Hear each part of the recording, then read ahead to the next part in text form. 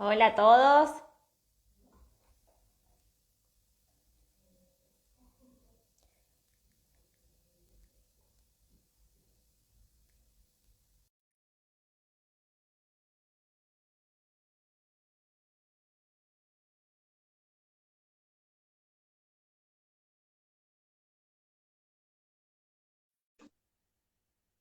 Hola Griselda, Hola, ¿cómo ¿cómo estás? estás? Buenas tardes. ¿Todo bien? ¿Me Bien, escuchás bien? bien. Sí, escucho bien. ¿Vos? Bueno, bien, todo bien. Bueno, estamos Bueno, acá, hoy nos encontramos con la licenciada Griselda Flores en este ciclo de vivos de Hablemos de, en el marco de los 25 años de OSPE, así que les damos la bienvenida a todos los que se van sumando y un especial agradecimiento a Griselda, que hoy nos va a estar hablando de prevención del abuso sexual infantil. Vamos a esperar que se sumen un bueno, poquito más. bueno, cuando Bueno, vos me digas, mientras te voy presentando, ¿qué te parece? perfecto, no hay ningún problema. Bueno, estamos acá con la licenciada Griselda Flores, ella es psicóloga, licenciada en psicología, es educadora y orientadora en sexualidad y también coordinadora del programa provincial en Mendoza de sexualidad integral. ¿No es así? Ujú, sí, de educación sexual integral. Ajá, Bueno, perfecto, es así. em, como dije un poquito al principio, la idea de estos ciclos de charlas, de Hablemos de, es hablar un poquito de prevención y promoción de la salud y acercar información sobre diversos temas a, bueno, a la comunidad de OSPE y a todos los que vayan siguiendo. Este vivo va a quedar guardado acá en el Instagram, en el IGTV, y también lo van a poder ver después en YouTube. Así que bueno, de nuevo muchas gracias y vamos a empezar a hablar un poquito de este tema que me parece como súper interesante y también me parece súper interesante ponerlo un poco a la luz, ¿no? Que quizás muchas veces no tenemos acceso a esta información o no se habla tanto y tanto para las familias como para las personas que trabajan en el ámbito de salud, educación con niños, me parece como súper importante. ¿Querés empezar a contarnos un Ujú. poquito acerca de qué hablamos cuando hablamos de abuso sexual infantil? Bueno, pero primero, ahora te comento que hablamos cuando hablamos de abuso sexual infantil, pero me pareció justamente que estos ciclos en el festejo de los 25 años de OSPE, que se comenzara con esto, hablemos de, es sumamente importante y justamente poner estos vivos de apertura, poner a la infancia como protagonista, porque los dos primeros vivos han tenido que ver con esto. Yo quiero agradecer, porque bueno, son temáticas que me convocan, pero que también en este festejo de la obra social, poder trabajar en este marco de protección integral de niños, niñas y adolescentes, teniendo como base el cuidado, la prevención, para que de alguna manera poder construir en conjunto una sociedad más saludable, más equitativa y más plural, me parece muy valioso. Así que muchas gracias por eso y bueno, ahora sí contesto a tu pregunta de que qué hablamos cuando hablamos de abuso sexual infantil. El abuso sexual infantil es cualquier práctica que realice un adulto con un niño. Pueden ser de lo más variada, puede ser desde el tocamiento de los genitales, pedir que le toque los genitales al abusador o abusadora, mostrar material pornográfico, hacerle participar, el contacto bucogenital, masturbación, o sea, toda conducta que involucre una conducta sexual que involucre a un niño o a una niña, estaríamos hablando de una situación de abuso sexual infantil.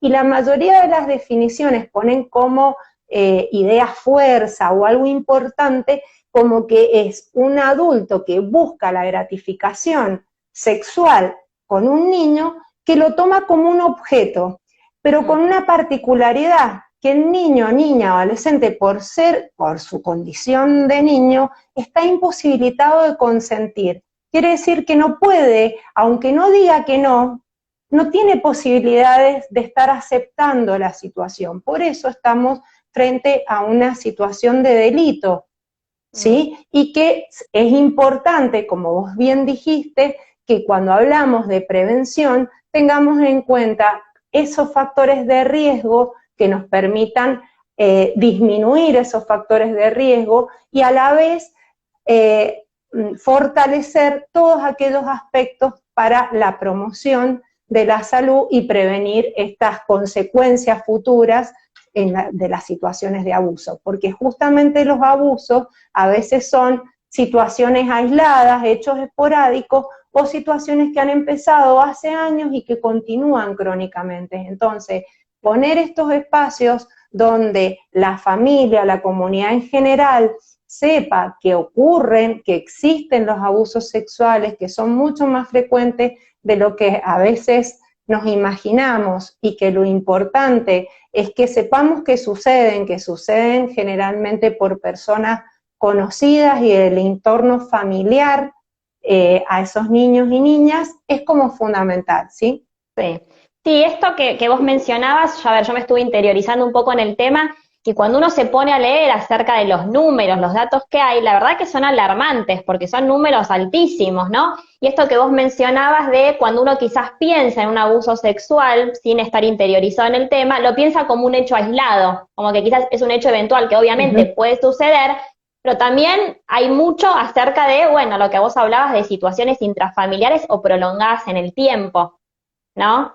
Y sí, y que además esas situaciones intrafamiliares antes se tomaban justamente como que eran parte de la intimidad de la familia y como situaciones que por eso no salían a la luz. Y esto no es privativo ni de ningún sector social, cultural, religioso, o sea, es una problemática grave, bastante frecuente, y que incluso las estadísticas son menores de las que realmente ocurre, porque la misma situación de abuso y toda la dependencia afectiva que puede tener el niño en ese contexto, de la niña en ese contexto de lo familiar o de las personas conocidas, que generalmente son personas de autoridad para el niño, hace que se pueda hablar, que se pueda decir, y entonces, y hay veces que los adultos, cuando nos enteramos, tampoco intervenimos.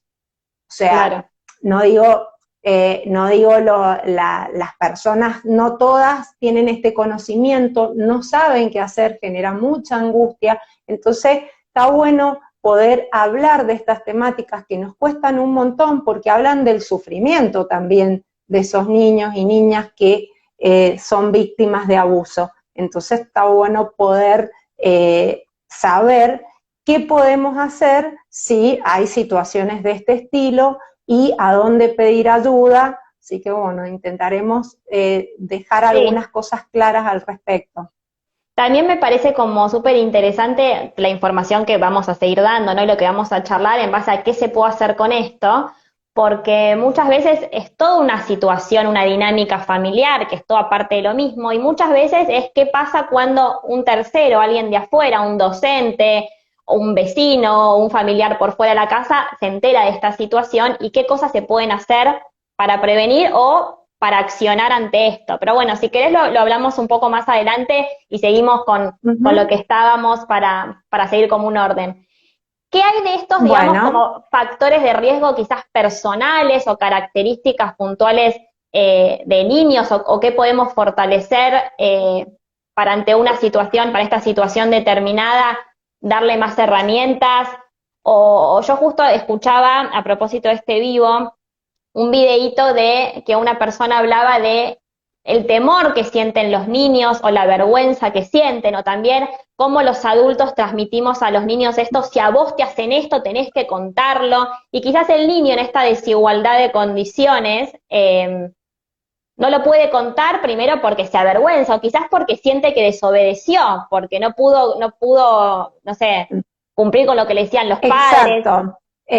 Exacto. Eso que vos estás diciendo, esto es como cuando nosotros le decimos al niño o a la niña, mirá, nadie te puede tocar, y si alguien te toca, lo primero que tenés que hacer, inmediatamente venís y me lo contás a mí. Entonces, si eso ocurre, lo que le pasa al niño es que siente que desobedeció esa orden que nosotros le dimos. O sea, es como que nosotros le estamos diciendo, si te ocurre esto, venís y me lo contás, Y si le pasó, o sea, el mensaje tendría que ser al revés, o sea, tenemos que decirle, en realidad, todo, ya vamos a hablar de las medidas protectoras que tienen que ver con el conocimiento del cuerpo, de las partes del cuerpo, pero tu cuerpo es tuyo, es un territorio personal y nadie debería tocarte, y si hay situaciones que te incomodan, puedes decir que no, pero si alguna vez sucede, o sea, si alguna vez sucede que alguien viene y te toca,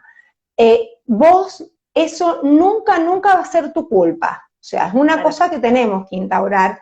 Y entonces, porque si de la otra forma le decimos, no te tienen que tocar, es como si permitiera al niño, y ¿qué dijimos antes? Que está imposibilitado de consentir, porque la otra persona está en una situación de poder, es de autoridad para el niño. Entonces hay una sumisión, un sometimiento, pero entonces en esas situaciones nosotros tenemos que poder decirle, lo podés, y vení, contámelo cuando puedas, a mí o a cualquier persona que sea de tu confianza, ¿sí? Entonces, clarificado eso, vuelvo a tu pregunta, si hay factores de riesgo o algo en cuanto a características que haga a algunos niños o niñas o adolescentes más vulnerables. Vamos a mencionar algunas cosas personales o familiares, que no quiere decir que si están estas características vayan a ser que sí o sí víctimas de abuso. Pero ¿qué podemos encontrar? Que a veces niños con una baja autoestima, como con mayores, más retraimiento, dificultades para tomar decisiones, como con conductas como poco asertivas para determinadas cosas, como un gran temor a equivocarse, y eso como en el plano de lo personal. En lo familiar suelen ser familias bastante más autoritarias, donde probablemente hayan algunos otros tipos de situaciones abusivas, pueden haber incluso desigualdades de género, que llevan a que se vea como que esas palabras o las opiniones del niño, la niña o las mujeres no interesan, y hay que aceptar lo que el otro dice, lo que el otro obliga, lo que el otro manda, digamos. Entonces, en ese contexto, como medida protectora, sí tenemos la posibilidad de empezar a hablar de sexualidad, hablar de educación sexual integral, tanto en la familia como en las instituciones, en este caso educativas, porque si podemos hablar y tener este conocimiento de que, como yo te decía recién, de que mi cuerpo es territorio personal, que nadie puede tocar mi cuerpo, y si esa interacción me genera algún malestar o disconformidad, tengo que rechazarla. Ese es el mensaje que hay que darle a los niños y a las niñas de su cuerpo. Si vos eso te incomoda, no tenés por qué aceptarlo. Y me lo venís y lo contás a mí o a quien sea cuando puedas, cuando puedas. Y otra cosa que a veces, sin darnos cuenta, hace que se mantenga este silencio, más allá de que ya vamos a hablar de este chantaje por ahí que se hace emocional o extorsión para que se mantenga el secreto. Otra cosa que a veces no nos damos cuenta son comentarios que hacemos en la familia vinculados con qué le pasaría si alguien le hace algo a un hijo o a una hija mía. O sea, yo agarro, estoy en el asado el domingo y planteo, si alguien le hace algo a un hijo mío, yo lo mato. ¿sí?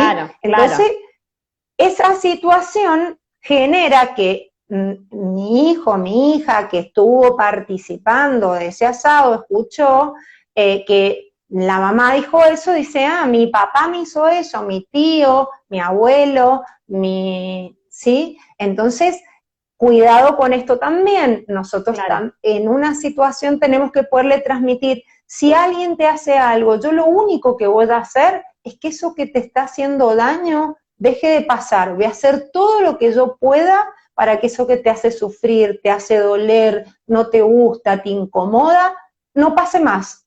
Nada más que eso. Ni lo mato, ni soy una leona que me vuelvo un poco más animal, ¿sí? Entonces, porque si no es todo un escenario trágico, y ya siente culpa el niño por haber desobedecido, que le dijimos que no lo tocaran, se siente atrapado. Entonces, sería como el mensaje de empezar a transmitirlo de esta otra manera. Sí, pensando también en este aspecto como tan literal que tienen los niños, ¿no? Y que la palabra de la mamá, la palabra del papá, del cuidador es como sagrada. Entonces, bueno, si yo digo esto, y mismo teniendo en cuenta que si pasa en una situación intrafamiliar, lo más probable es que sientan afecto por la persona que hace esto. Entonces también es una situación de decir, bueno, si de repente es un abuelo y hay un lazo afectivo, o hay un lazo afectivo hacia la abuela, entonces, ¿qué pasa si yo cuento esto? ¿Qué le va a pasar? ¿Qué le van a hacer? Entonces, bueno, está en una situación como muy complicada. Entonces, esto que planteas vos me parece como muy acertado de decir, nadie tiene derecho a hacerte esto, si te lo hacen me lo podés venir a contar, y lo vamos a solucionar. Pero en la mente del niño es lo va a ir a matar y va a ir presa mi mamá y se arman como todo este escenario.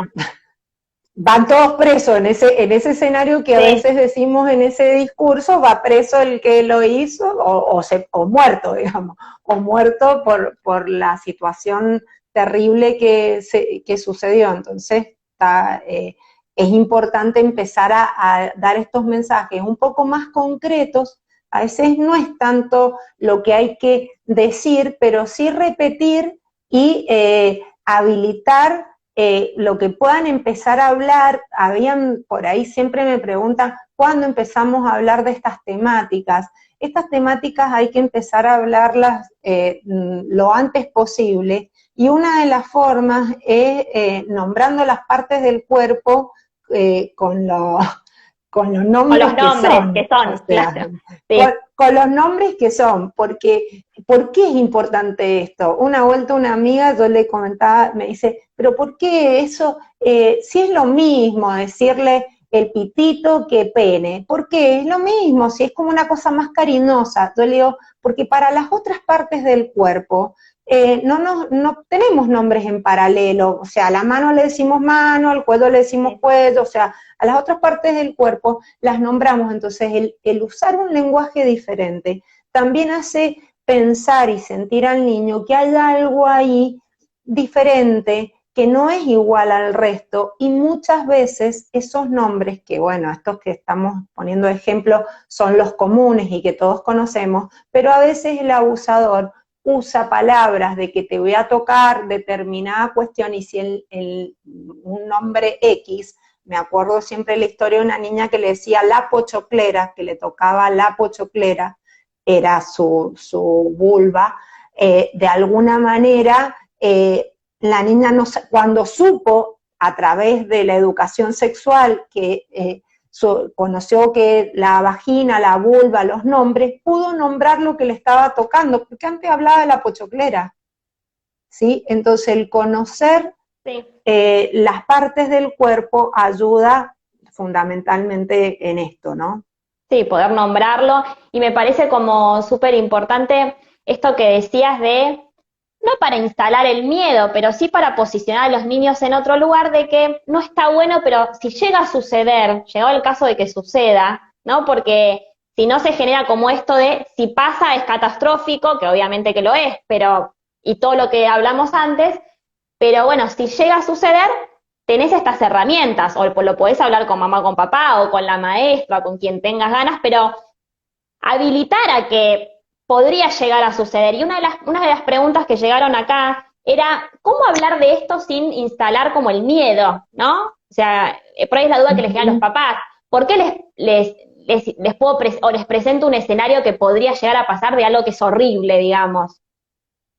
No sé si se entiende la pregunta. No, sí, como diciendo, como para que no tengan el temor a la interacción con otras personas, como que de repente todo el resto de la gente se va a transformar en personas que lo van a querer venir a abusar, por decirlo. No, porque la cuestión del miedo sería si yo le estoy transmitiendo mi temor. Claro. Yo lo que le diría que quizás esa mamá, que ella tiene miedo de que eso le pase. ¿Cómo podemos salir de esa situación de miedo? Con esto que estamos diciendo.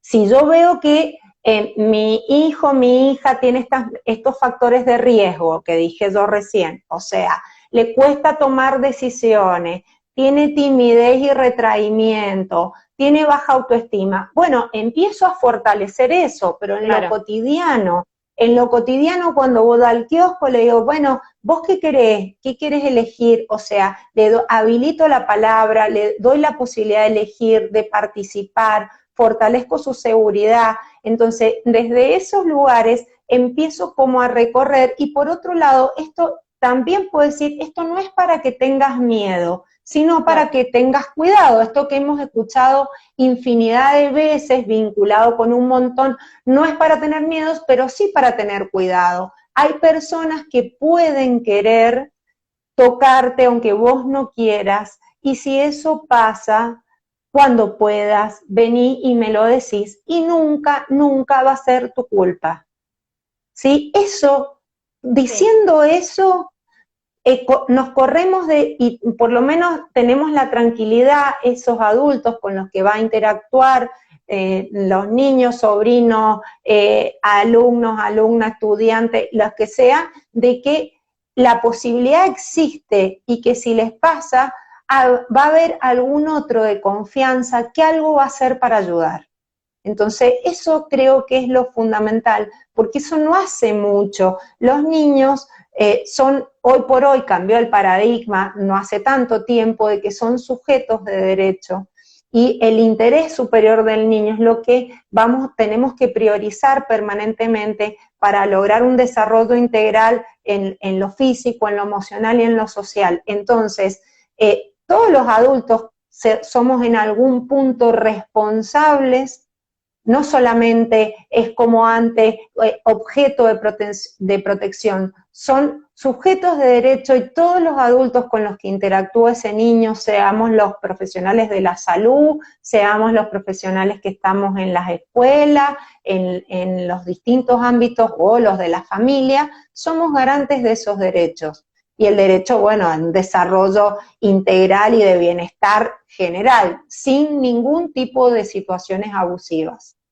Sí, esto que hablas del cambio de paradigma me parece como súper interesante, poner al niño en otra posición, en la que tendría que haber estado siempre, pero que antes quizás no se tomaba tan en cuenta, no se le pedía permiso quizás para algunas prácticas. Obviamente que hay cuestiones que si está en riesgo su salud, uno no va a poder preguntar, ¿no? Pero esto por ahí un poco que hablamos hoy por fuera, que me parece súper interesante. Esto del niño quizás bajarle el pantalón en la calle para que haga pis, y por ahí le da vergüenza, y bueno, hace acá, no pasa nada, y uno, el adulto, por ahí no lo haría, obvio que no lo harías. Entonces, ¿por qué suponer que el niño sí, o un niño que tiene vergüenza, no sé, en el médico, porque si a uno quizás también le da vergüenza? Entonces, ¿por qué suponer que porque es niño puede hacer cualquier cosa y no va a tener pudor? Porque también eso, ¿no? Como no dejarlo experimentar el pudor o la vergüenza, ¿no? Eso como que se va como diluyendo y parece como que todo da lo mismo. Entonces, me parece que eso también está bueno para tenerlo en cuenta, como familia. Claro, porque eso sería de lo que estábamos hablando, así como fortalecer su autoestima es como una medida de protección, también este respeto por los límites, en esto que diga, esto no quiero, o sea, no quiero que me baje el pantalón y hacer pis acá adelante de toda esta gente, es empezar a respetar, y eso sí es en esto que decíamos de sujeto de derecho, porque ya no es como una propiedad mía que hace lo que se me da la gana, Claro. porque yo soy la madre y no tengo tiempo ahora de ir a meterme al supermercado para encontrar el baño público. Entonces, hacia casi no pasa nada si tenés 8 años. Si yo le transmito ese mensaje, que puede ser sin ninguna intencionalidad, más que estoy apurada, le estoy diciendo, los adultos podemos hacer con vos lo que se nos dé la gana y nos importa nada que te sientas incómodo con esto. Claro, entonces claro. Eso es el cambio. El mensaje que le llega, digamos. Claro, y este es el cambio que tenemos que hacer. O sea, estás incómodo con esto y bueno, tendré que ver cómo haría, como dijiste vos, yo misma a dónde buscaría si no aguanto más y tengo que ocupar un baño en este momento. ¿A quién le pediría? ¿Me tomaría un café que no tenía ganas en este lugar como para poder ocupar el baño? O sea, bueno, la misma lógica con el cuerpo, y para este tema que es re importante respetar los límites, tampoco obligar a interacciones con personas que no quieran. Eso también lo hemos hecho, y los que somos más grandes también nos ha pasado esto de saludar y obligado. Esto no quiere decir que no tengamos que enseñar más habilidades sociales y a partir de ahora los adultos no ponemos límites. Lo que quiere, una cosa es poner límites y otra cosa es enseñar habilidades sociales y otra cosa es obligar. Claro. Donde lo que no le gusta, porque si eso pasa, a lo mejor no tiene que ver con la persona que no quiere saludar, sino algo me está demostrando o quiere que llamarme la atención con eso a mí en ese momento, porque no estuvimos todo el día juntos o juntas, y entonces justo cuando vamos a esa salida que yo quiero, no quiere hacer lo que yo le estoy pidiendo porque quiere que mi atención sea exclusiva, por poner un ejemplo. Entonces, tenemos que prestar atención a las conductas o señales generales, y si hay algo que nos llama la atención, desde el respeto, decir, bueno, está bien, no lo hagas. Y en eso sí hemos avanzado bastante como sociedad, y hasta incluso suele ser criticado este aspecto, ¿sí? Como diciendo, ahora al final son unos maleducados, que no saludan, que no hacen, o sea, no pasa por eso. O sea, obviamente que tenemos que acostumbrarnos a interactuar, a saludar y a estos marcos de respeto, pero no decir, porque sos un niño tenés que hacer esto obligado, sí, porque lo dice un adulto. Somos muy de la cultura de dale un besito para saludar. Ahí me pasa a veces en el consultorio que dale un beso. Y yo, bueno, quizás chocamos los 5 antes de la pandemia, no tiene ganas. Y también esto se ve en el beso, en que el cuerpo del niño esté como habilitado para ser tocado, como cuando uno va con el carrito del bebé y de repente se acerca un desconocido y lo toca. O sea, eso se ve también en chicos por ahí más grandes, que quizás algún adulto, y ahora está pasando que algún niño dice, ay, no, me toques o me tocó, y por ahí genera, es verdad, que estamos todavía como acostumbrándonos, y alguno puede decir como, ay, qué maleducado, qué antipático, pero en realidad eso está buenísimo que suceda, ¿no? Porque son esos niños que están diciendo como, si uno no va tocando adultos por la calle, ¿por qué podría hacerlo con niños, digamos? Y quizás es un niño que recibe este mensaje que dijimos antes, que es como medida protectora. Si alguien te toca tu cuerpo y te incomoda o no te gusta, puedes decir que no y rechazarlo, porque tu cuerpo es un territorio personal y podés decir que no. Entonces, de alguna manera, se va acostumbrando y viendo a qué tengo derecho y a qué no. Entonces, si ese niño dice que no, lo tenemos que poder respetar, y es verdad lo que decís vos, que muchas veces genera como un rechazo del otro lado, como diciendo, ay, ¿cómo no va a querer? Y me acuerdo una niña en esto de que van conociendo, estaba jugando con su tía al avioncito, y la agarró no sé de qué forma y le dice, me estás tocando en mis partes privadas, ¿sí? O sea, con este conocimiento del cuerpo, de lo público, de lo privado, hasta esos juegos, porque el abuso no es una situación que irrumpe, puede ser una violación, pero esas son situaciones extremas, pero en lo demás, el abusador aprovecha esta proximidad afectiva, esta baja de guardia, para empezar a tocar o lograr este contacto con lo corporal. Entonces, que ese niño o niña diga, ay, me está tocando mis partes privadas, es porque conoce que esas partes son propias, que solamente a lo mejor en algunas circunstancias y hasta una determinada edad las toca el papá, la mamá o los adultos que están al cuidado o el médico, pero después si no, son propias, ¿sí? Claro. Entonces, todo este avance van siendo medidas protectoras. Obviamente tenemos que fortalecerlas, seguir trabajando, trabajar en conjunto, poder hablar del tema de la sexualidad, y no que sea algo que pensamos que lo vamos a hablar cuando sean más grandes, siguiendo vinculando la sexualidad con lo reproductivo, con la parte más sexual genital del adulto, no integral de que somos seres sexuales durante toda nuestra vida, desde que nacemos hasta que nos morimos. Entonces eso es importante tenerlo presente. Y después un poco de esto que hablábamos de algunos, digamos, como factores de riesgo, como algunas cuestiones relacionadas a la personalidad, ¿Qué pasa con un niño que es abusado? Si hay algunos como patrones conductuales o algunas señales como alarma que la familia puede detectar como, bueno, le está pasando esto, está haciendo esto, hay como algunas cosas puntuales Ujú, o, bueno, obviamente que ujú, después cada individuo es particular, pero quizás hay algunos síntomas o signos que pueden ayudar a empezar a poner el ojo como en esto.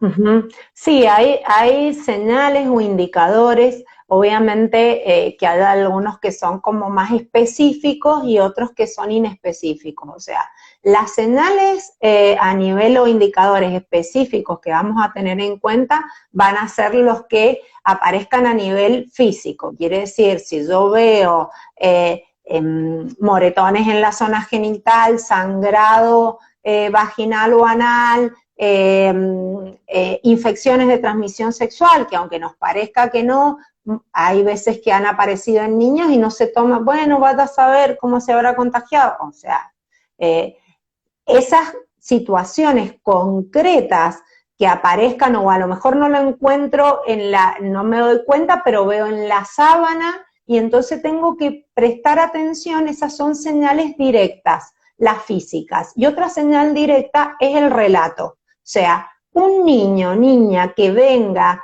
y me cuente una situación de abuso que ha participado de forma directa o indirecta, yo tengo que creer en la palabra del niño, porque uno de los mitos es que los niños a veces mienten con estas situaciones. A mí es un mito que me llama mucho la atención.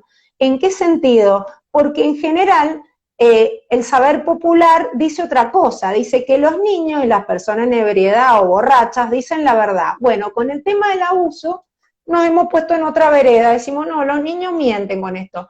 Los niños muchas cosas las elaboran a través de fantasías, Mm. pero con las situaciones vinculadas con el abuso sexual infantil, en la mayoría de los casos estamos frente a la presencia real del Claro. abuso, ¿sí? Lo que pasa es que es muy difícil para los adultos, y más si estamos involucrados de alguna manera en lo familiar, escuchar esto. Mm. Entonces, por eso muchas veces se calla el niño o se cree que lo que yo estoy viendo, estoy sospechando, no es. Y dejo de mirarlo. O sea, dejo de prestarle atención. Pero volviendo a tu pregunta, esas señales serían las señales directas, específicas. Las indirectas son mucho más amplias, cambios en el comportamiento, como por ejemplo comportamientos regresivos, de repente aparece que se chupa el dedo, se vuelve a hacer pis, no una vez, o sea, es un comportamiento regresivo que se empieza como a instalar. Puede aparecer una conducta de sentirse como si estuviese a la defensiva, como que alguien va a venir como a hacerle algo, como temeroso del entorno, puede ser directamente con el abusador o no, puede ser como una actitud de alerta en general, de que algo me va a pasar y estoy así, bajas en el rendimiento, hay algunas que son muy generales, baja en el rendimiento académico, empezar con autoagresiones, cortes, diferentes, pellizcarse, meterse el dedo en la nariz, producirse sangrado, o sea, distintos tipos de Mm. conductas que muestran como algún tipo de malestar, pesadillas, pero ¿qué pasa?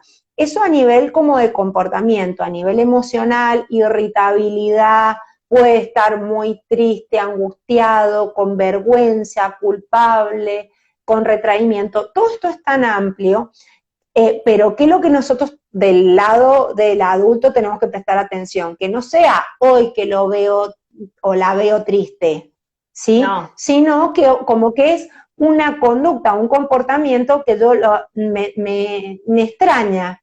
Es como algo que de repente empieza a pasar y yo tengo que prestar atención y decir, ¿qué pasa con esto? ¿Por qué esto, lo otro? Y puedo preguntar o no, o solamente observar. Si se mantiene, sea o no vinculado con una situación de abuso sexual infantil, yo debería consultar con los profesionales de la salud, con el pediatra, con un profesional de la salud mental, pero en principio quizás tengo que ir yo, porque otra cosa que solemos hacer en esto de tomar al niño todavía como objeto, yo veo que le pasa que tiene pesadillas y lo primero que hago es llevarlo al profesional de la salud. Entonces, si yo me angustio con esto, estoy preocupada, primero consulto y ahí el profesional me va a decir, sí, venga con el niño, la niña, lo vemos, ¿sí? Entonces, Claro. tener que estas conductas, si se repiten, son señales de alarma, que pueden ser señales de alarma de abuso sexual infantil, pero si no, van a ser señales de alarma de algún malestar o de alguna situación que le está trayendo, que no lo está pudiendo tramitar de una forma sencilla, que no lo está Claro. pudiendo elaborar solo o sola. Entonces ahí tenemos que acompañar y sostener. Nada más Claro. que eso. A veces sí son indicadores de abuso, aparece otras cosas, a veces masturbación compulsiva en espacios públicos o aparecen conductas directamente vinculadas con lo sexual, pero no siempre esas son las más frecuentes. Pueden ser desde esto que te digo, 10 días con pesadilla y se empezó a chupar el dedo. Bueno, uno dice, las pesadillas, todos tenemos pesadillas, sí, pero todas las noches, o sea, en la repetición estaría la luz roja que tenemos que tener en Claro. cuenta. Sí, Mientras decir, más decir qué está aparezca, pasando, digamos, qué le está pasando, algo le está pasando. claro, claro. Y habilitar, antes de preguntar tanto, tenemos que preguntar y tranquilizarnos y escuchar. Claro. Porque si empieza a contar algo y nosotros empezamos, ¿y cuándo pasó? ¿Y qué te me dijiste? ¿Y quién te hizo eso? O sea, y ahí ya Claro. cerramos la posibilidad de apertura porque empieza a alarmarse y darse cuenta que eso está mal. Si está mal, algo hizo mal él o ella. Entonces, lo primero que también tenemos que hacer en esas señales de alarma es tranquilizarnos. Tampoco somos, como dijiste vos, los seres humanos 1 más 1, 2. Por más que yo vea, ahora escuché y en mi hijo o hija veo 3 señales de alarma, no por eso voy a pensar que sí o sí es víctima de abuso, eso sería un reduccionismo, pero Claro. sí es algo a prestar atención y a ver qué hacemos con esto para que le deje de pasar, porque no está bueno que le pase. No, y esto me parece buenísimo lo que vos decís de, es un tema obviamente súper delicado para la familia y me imagino que una familia que empieza a sospechar de esto, esta ansiedad por querer saber puede ser como súper contraproducente, entonces poder asesorarse con algún profesional o ver de qué manera poder llegar a esto, como para evitar también que se siga como prolongando en el tiempo como este silencio, que genere como más retraimiento, ¿no? Bueno, esto me parece Ujú. súper importante. Entonces vos sugeriste pediatra, empezar por el pediatra por ahí de cabecera y después llegó el caso hacer una consulta con un psicólogo, con el área de psicología. Ujú, ujú. Sí, sí, sí, ¿Te, sí, me parece bien. te parece, Griselda, que te lea algunas de las preguntas que llegaron a, Sí, a las por preguntas de las supuesto. historias? Hay algunas que por ahí no las vamos a leer porque ya son temas que estuvimos, lo que estuvimos tocando. Eh, Ujú. Nancy preguntó, ¿dónde se debería informar y dar aviso en el caso de un abuso sexual infantil? Llegado Ella el caso, pregunta sí. que ella ha tenido conocimiento o si le llegara a pasar, Claro, por ahí esto sería. que yo lo interpreto como también puede ser una situación familiar, yo creo que debe ser de una manera, pero por ahí si uno es docente o si uno lo sospecha de un chico, no Ujú, sé, del barrio o quizás uno como profesional de la salud, que eso, ujú, bueno, ya tiene como otro encuadre, pero ¿qué se podría hacer a nivel como más formal? ujú.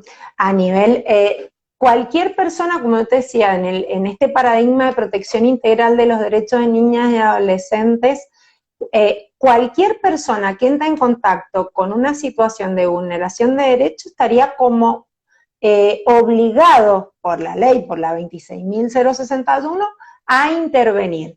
Es Claro. diferente en los ámbitos que eso suceda porque existen como distintas guías de procedimiento, pero en principio lo más sencillo que yo le puedo decir a Nancy, me dijiste que es la persona que Sí, consulta Si Nancy se ha enterado, sospecha, supone, lo que se ha habilitado en este último tiempo para orientación, que es gratuito y confidencial, así no tenga crédito, es la línea 102, ¿sí?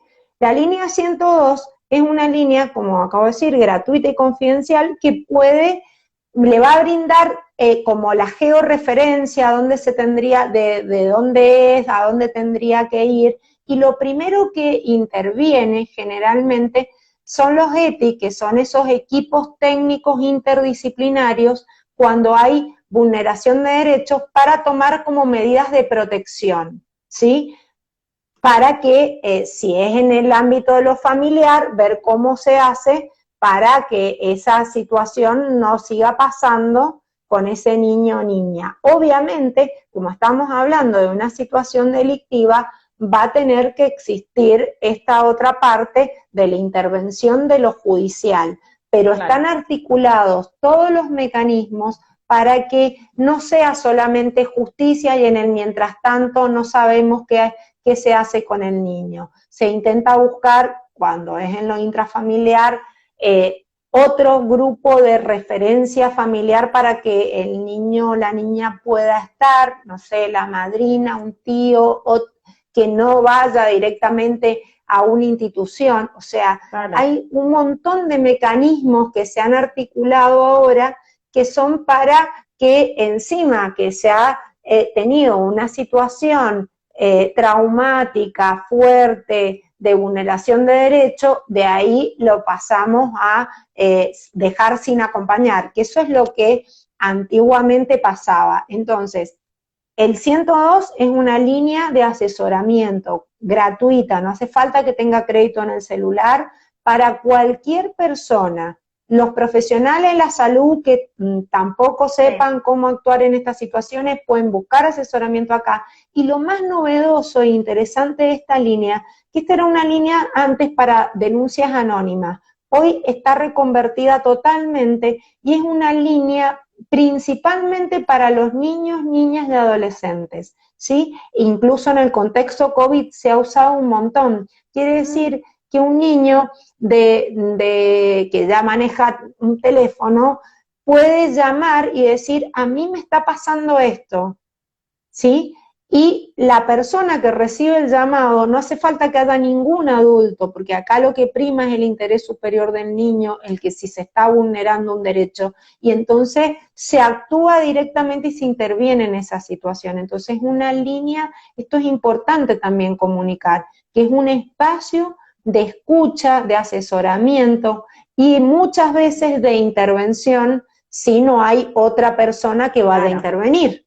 Claro, claro. Así que bueno, eso le podríamos decir a Nancy, que llame a 102, sino que también puede googlear en las páginas que sean de niñez y adolescencia, en toda la parte que estén ocupadas en la infancia, en su departamento, en su provincia, seguramente están las líneas de contactos territoriales, ¿sí? Pero como es una situación, no hay que, frente a una sospecha, no todo tiene que ser judicializado, pero sí los niños y las niñas necesitan que algún tipo de intervención hagamos. O sea, yo sí sospecho de algo, tengo que poder acompañar esa situación.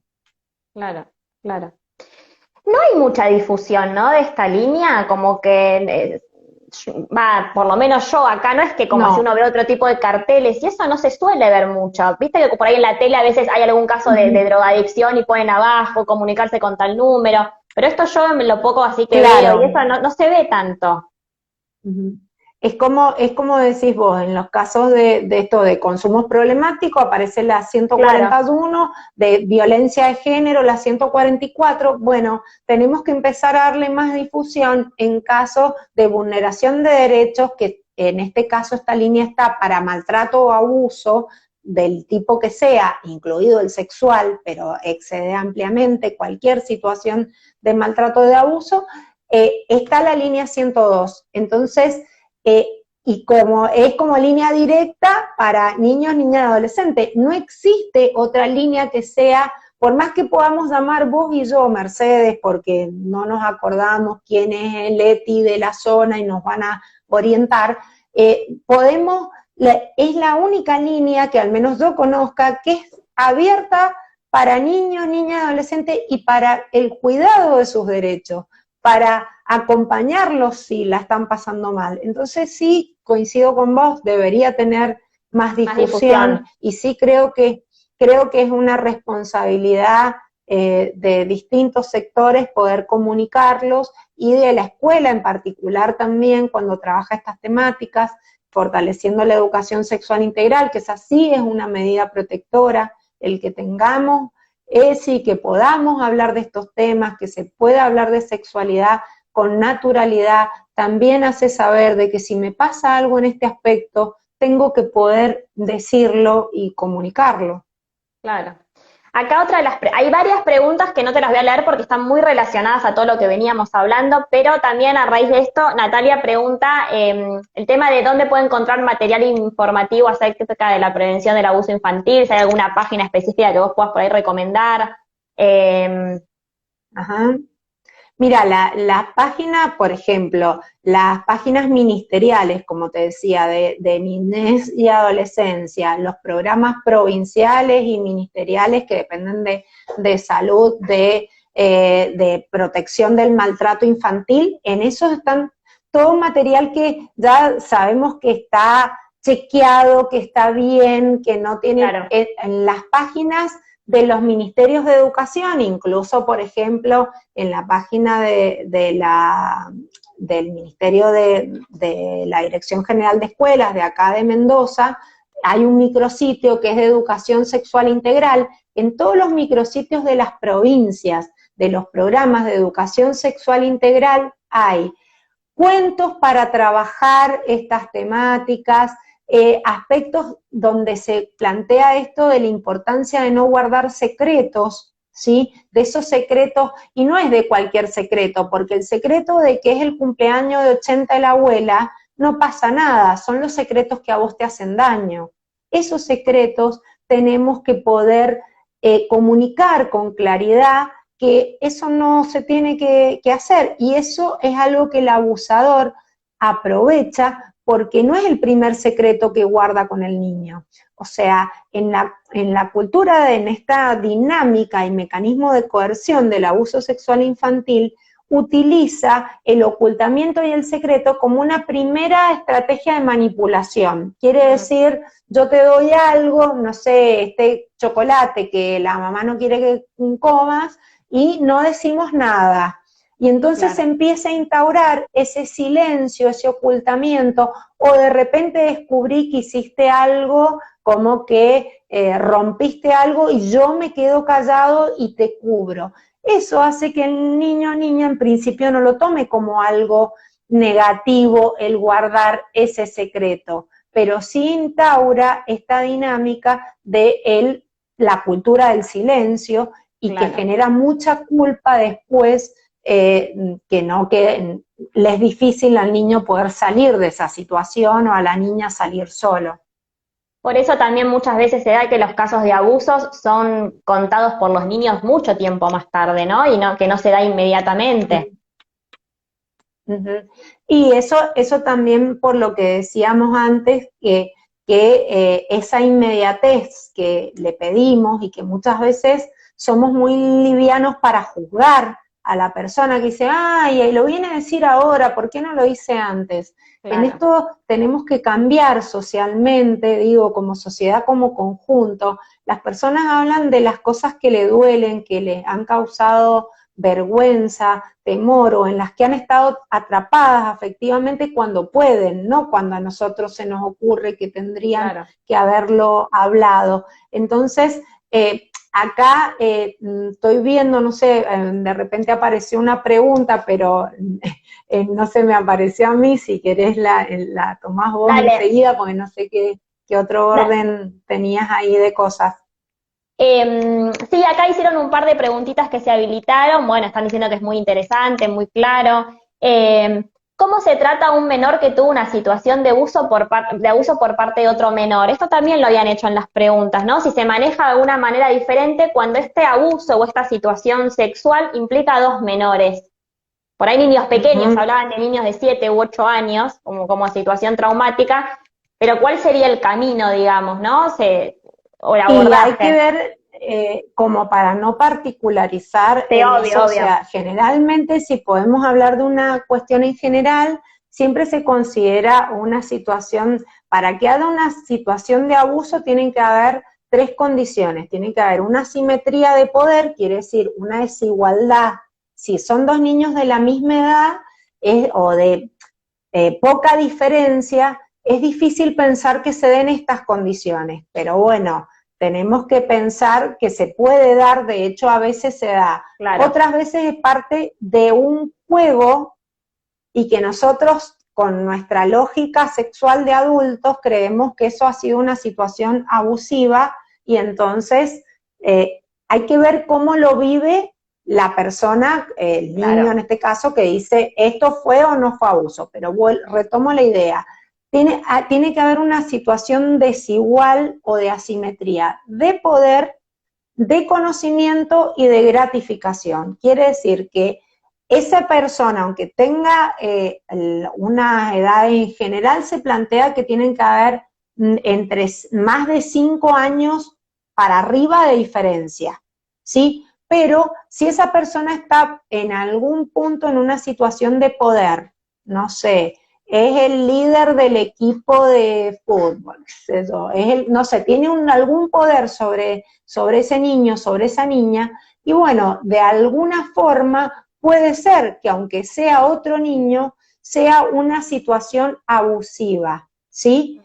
Pero la parte de cómo se sigue el circuito legal, yo no soy abogada y no sé las implicancias, pero lo que sí, si un niño toma como un objeto de gratificación sexual a otro niño, nos está mostrando de que algo también le pasa a ese niño. Claro, Entonces lo que claro. tenemos que hacer, como dijimos, el cuidado de la infancia y de los adolescentes, y bueno, tenemos que intervenir, no es de la lógica punitiva de que, bueno, Claro. hizo eso, no le hizo bien al niño o niña que fue víctima de esa situación abusiva por ese par o ese otro menor, pero sí, siempre que hayan situaciones así, algo hay que hacer.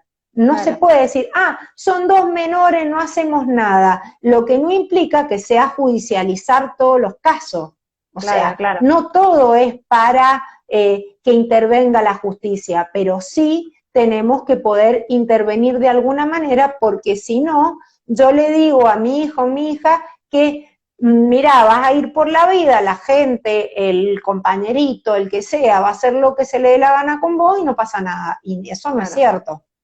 No, O no debería serlo, al me menos. parece igual súper importante esto que remarcás de que hay ciertas características que se tienen que dar para poder denominar lo que es un abuso y quizás esto que vos relatás, por ahí una situación que viven dos niños, por ahí en un contexto de juego, después un niño la pone en palabras y el adulto desde su mirada adulta lo toma como una situación de abuso y en realidad quizás ellos como lo vivieron hasta que uno no le pone como su lógica, no lo vivieron de esa manera. Entonces me parece importante que uno se haya sentido afectado, que el otro tenga como esta situación de poder.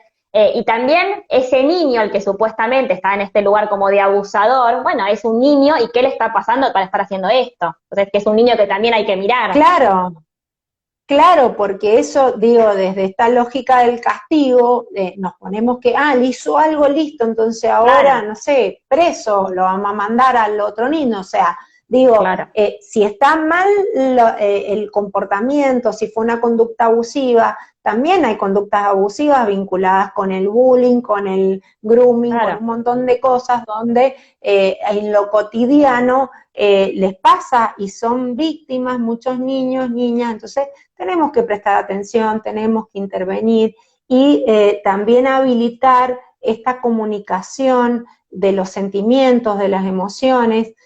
Muchas veces nos asustamos cuando los vemos tristes o angustiados y ahí nomás intentamos como desactivar esas emociones. Le decimos, bueno, pero no te pongas así, o cuando estamos contentos y estamos bien, pero si está nervioso o está angustiado, como que eso queremos que no le pase. Tenemos que permitir que esas emociones también, bueno, ¿qué te pasa? Contame, habilitar la escucha, habilitar la comunicación, porque una buena comunicación va a ser lo que después se habilite para que venga a confiar en mí. Si nunca hablamos, no de sexualidad, no hablamos de nada, yo no escucho lo que le pasa, le bajo, como decíamos, en la playa, porque después en el auto se me va a llenar de arena, le saco la malla en el medio del camino y no me importa. Bueno, entonces le voy diciendo que las demás personas adultas pueden hacer con su cuerpo. Entonces, estas cuestiones de empezar a tener claridad, respeto por el cuerpo como territorio personal, fortalecerlos, escucharles, van a ser medidas protectoras. No, y esto de habilitar las emociones, estamos muy acostumbrados a esto, dale, ya está, no pasó nada, no te dolió. El adulto poner en palabras cuando un niño se golpea, dale, levántate ya, ¿no? Y esto de poder habilitar de, bueno, yo sé que te dolió, o yo sé que estás triste, o que pueda poner en palabras las cosas que le pasan, me parece como súper importante. Bueno, estamos cerca de la hora, no quiero que se corte sin poder guardarlo. La verdad que te agradezco un montón, Griselda, por este encuentro, me pareció súper rico, súper valioso, me parece que la gente que lo vio se va a llevar un montón de información. Así que nada, agradecerte esto. ¿Dónde te pueden encontrar? ¿Vos dónde trabajás? Si alguien quisiera hacer una consulta. Bueno, yo tengo el consultorio en Ciudad, pero les dejo mi correo y mi teléfono por si alguien me quiere contactar o hacer alguna consulta, algo que le quedó, es floresgriseldab@gmail.com y el teléfono es 261-656-9670. Ese es mi teléfono particular y ahí podemos salvar algunas dudas y el consultorio está acá en la ciudad de Mendoza y ahí trabajamos acompañando a las familias que lo necesitan también. Bueno, te agradezco un montón, hay un montón de gente conectada, igual después lo pueden ver subido en YouTube o mismo guardado. Así que nada, millones de gracias. Bueno, y gracias a vos, Mercedes, así que nos veremos en algún otro vivo y bueno, y gracias a la OSPE por darnos esta posibilidad de cuidar a la infancia y insisto, de construir una comunidad juntos más saludable. Y visibilizarlo, ¿no? Los niños, las niñas y adolescentes estén primeros, o sea, en esto de esta frase, los niños primero, sí, tienen que estar primero. Bueno, te agradezco un montón. Bueno. El que quiera se puede meter en la página para ver cuáles son las siguientes charlas que vienen, o mismo en el Instagram, que van a venir también temas muy interesantes. Así que nada, mil gracias y nos vemos. Bueno, igual a vos. Igual a vos. Chau. ¿Listo? Chau. Chao.